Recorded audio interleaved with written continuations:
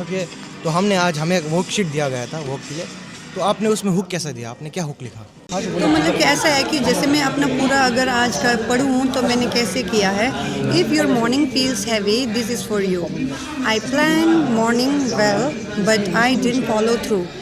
तो उसके बाद one day I realize my time was passing and I wasn't fully present. तो awareness brought me back to now and morning rituals grounded my day. Mindfulness showed me that good things take time and bear fruit. Okay, Thank you.